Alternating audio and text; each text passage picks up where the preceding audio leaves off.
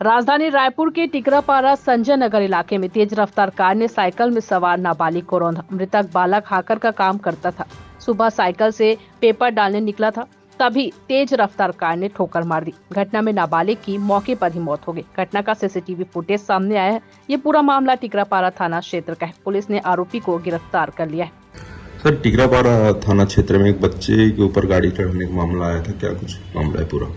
थाना टिकरापारा अंतर्गत पंचमुखी मंदिर के पास एक एक्सीडेंट की घटना घटित हुई थी, जिसमें लक्ष्मी नारायण नागार्ची करके वाहन चालक है, अपने टाटा नेक्सन गाड़ी से वहां से गुजर रहा था। उसने लापरवाही पूर्वक गाड़ी चलाते हुए बच्चे के ऊपर चढ़ा दिया, जिससे बच्चे की मौत हुई है। इसमें मुकदमा दर्ज कर लिया गया है और लक्ष्मी नारायण नागार्ची को गिरफ्तार करके उसके खिलाफ वैधानिक कार्रवाई की गई है। वहीं दूसरी खबर, थाना अभनपुर क्षेत्र अंतर्गत ग्राम गिरोला स्थित तालाब में मिले शव की हत्या का पर्दाफाश हुआ है।